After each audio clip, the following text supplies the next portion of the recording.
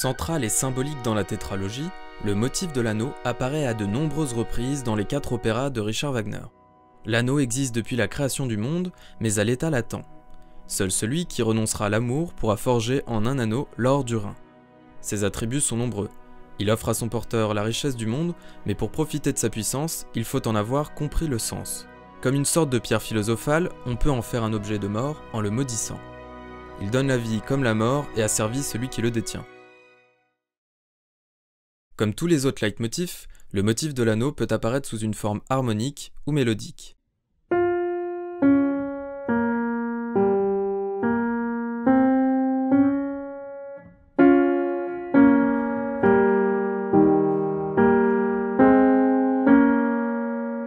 Musicalement, ce thème se caractérise par des harmonies qui se contractent et se détendent autour d'un accord parfait.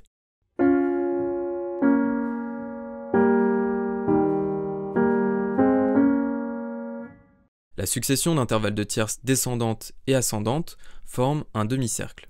Cette courbe lui donne un air de famille avec d'autres motifs comme celui des pommes d'or ou encore celui des filles du Rhin.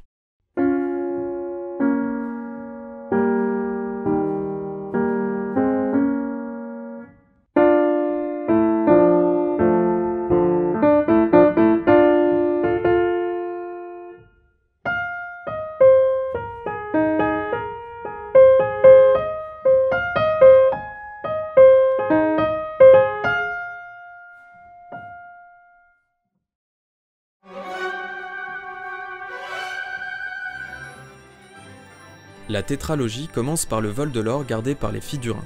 Dans la première scène de l'or du Rhin, Albéric renonce à l'amour et s'empare de l'or dont il va se servir pour forger l'anneau. Lorsqu'il s'enfuit avec l'or dérobé, le motif de l'anneau résonne dans la partie vocale et instrumentale.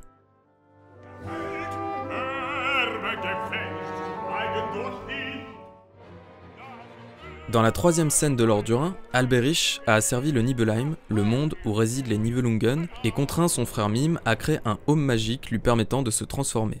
Grâce à ce casque, il peut se rendre invisible et torturer ses sujets.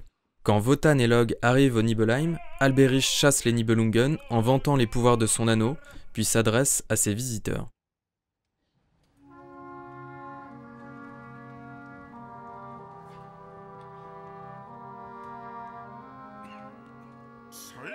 Dans l'acte 3 du Crépuscule des Dieux, les filles du Rhin s'efforcent de séduire Siegfried pour récupérer l'anneau, désormais entre ses mains. Siegfried refuse de le leur rendre et leur explique qu'il a tué un dragon pour l'obtenir. Dans ce passage, les motifs de l'or et de l'anneau accompagnent le récit de Siegfried.